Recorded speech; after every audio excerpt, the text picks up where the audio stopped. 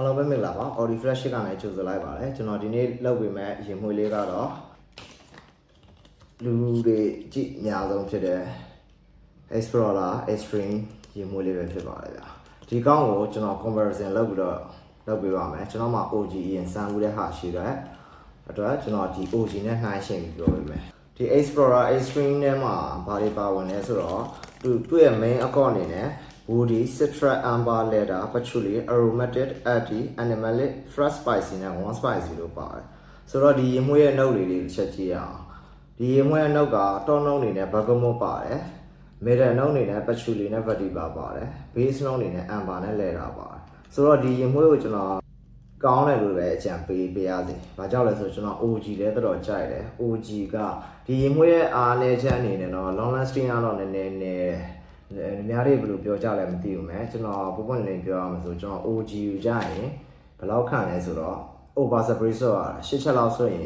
သူ့ရဲ့အနက်က9နိုင်6နိုင်လောက်ထိပဲရတယ်အဲ9နိုင်6နိုင်ထိရတဲ့အချိန်ကလည်းကောင်းကောင်းလေးပဲနောက်ပိုင်းကျအရင်အနက်ကရင်သွားတဲ့အတွက် nose blind များပါများဖြစ်သွားတာတော့မသိဘူးများတွေတော့ရတယ်လို့ပြောတယ်ကိုကတော့အနက်မရတော့ဒီကောင်ဆိုလည်းအဲ့တိုင်းပဲဒီကောင်ကိုကျွန်တော်2ရက်3ရက်ဆန်တဲ့အချိန်မှာဒီကောင်ဘယ်လိုခံစားရလဲဆိုတော့ဒီကောင်ရဲ့နှုတ်ကပုံမှန် OG ထက်ကိုဒီကောင်ကနည်းနည်းလေးအချင်တက်လေးပါမယ်ဆိုတော့ဘာကြောင့်အချင်တက်ပါသွားလဲဆိုတော့သူ့ရဲ့ middle note vetiver ကြောင့်နည်းနည်းချင်သွားတယ် vetiver ဆိုတာကျွန်တော်အဲ့ဒီ vetiver ကိုလည်းအကျယ်လောက်ဝေဖို့ရှိတယ် vetiver အကြောင်းသိချင်လို့ရှိရင်ကျွန်တော်ဗီဒီယိုတစ်ပုတ်လုပ်ပေးမယ် vetiver ကຫນွေမြက်လို့ခေါ်မှာပေါ့အဲ့ဒီຫນွေမြက်အချောက်ရဲ့အမြင့်ပုံစံအဲ့ဒီအမြင့်ကြောင့်နည်းနည်းကိုအဒီဖြစ်ပြီးတော့နည်းနည်းကိုချင်သွားတဲ့ဘက်ချမ်းရောက်သွားလို့ခံစားရတာဒီရင်မွေးက amber နဲ့ leather base ဖြစ်တဲ့အတွက် amber ရဲ့အချိုကိုမှ vetiver လေးနဲ့ blend လာတယ်ဆိုတော့ဒီကောင်ကရန်ရဲ့အချိုကြီးလည်းမဟုတ်ဘူးဒီ vetiver ပပလေးနဲ့တွာလာတဲ့အနက်တောနှုံးနေနဲ့ရှူတဲ့အချိန်မှာလေ bergamot အနက်ကလည်းပုံမှန် bergamot အနက်လိုမျိုးတော့မဟုတ်ဘူးလို့ခံစားရတယ်စိတ်ထဲမှာပေါ့pineapple နဲ့နည်းနည်းဆင်သလိုပဲလက်တီနဲ့နည်းနည်းဆင်သလိုခံစားရတယ်ဆိုတော့ဒီရင်မွေးကိုစမ်းကြည့်လို့ရှိရင်ခင်ဗျားတို့ဝယ်စမ်းကြည့်လို့ရတယ်ဒီရင်မွေးရဲ့ price plan ကတော့ဘယ်လောက်ရှိမလဲဆိုတော့3သိန်းမကျော်ဘူး2သိန်း9,000ပဲချလဲလောက်တော့ရှိမှတင်တယ်ကျွန်တော်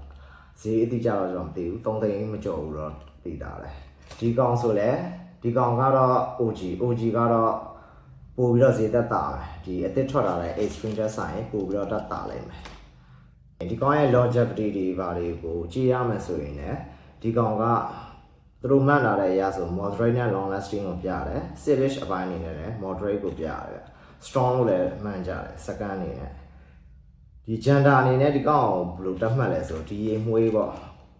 extreme က perfect type မေးကိုဦးစားပေးပြီးမှန်ကြတယ်ဗျ price tag အနေနဲ့ good value နဲ့ okay တယ်လို့ပြောကြတယ်ဈေးကမများဘူးပြောချင်တာ designer ထဲမှာအဆင်ပြေတယ်လို့ပြောချင်တယ်ရေမွေးကဘာကိုအနမ်းတူတယ်လို့ဒီရေမွေးကိုသုံးရင်ဘာကိုခံစားမိလဲဆိုတာက Dior Sauvage Eliza ရှိမယ်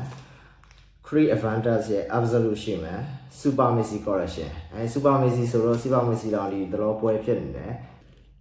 ဘာတွေနဲ့တူတာပြောပြီးဆိုတော့ဒီရေမွေးကိုဘယ်လိုလူတွေကြိုက်ကြရမလဲဒီရေမွေးကိုဘယ်လိုလူတွေကြိုက်ကြမှာဆိုတော့ဘယ်ရေမွေးတွေတောင်းလာလဲလူတွေဒီရေမွေးကြိုက်ကြမှာဆိုတော့Explorer ဒီ OG တောင်းတဲ့လူတွေဒီရင်မွေးကိုထပ်ကြိုက်မယ်အသစ်ထွက်တဲ့ဟာကိုပြီးလို့ရှိရင် Teddy Hermes EDT အဲ့ဒီကောင်တောင်းတဲ့လူကြိုက်မယ် Blue Chanel ရှိမယ် Hugo Boss ရဲ့ Absolute ရှိမယ် Versace ရဲ့ Pua Home ရှိမယ် Dior Sauvage EDT ရှိမယ်ဆိုတော့ဒီကောင်က versatile ဖြစ်တဲ့ရင်မွေး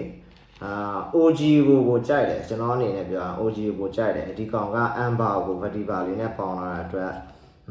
နေဆိုလို့ရှိရင်ပိုရတယ်ဒီကောင်က versatile ကိုဖြစ်တယ်နေရောညအောင်ကြိုက်တယ်လို့ဆိုရဒီကောင်ကညနေနေနဲ့အေးရင်ပိုဆိုလို့အဆင်ပြေမယ်လို့ခံစားရတယ် Okay အားလုံးကျေးဇူးတင်ပါတယ်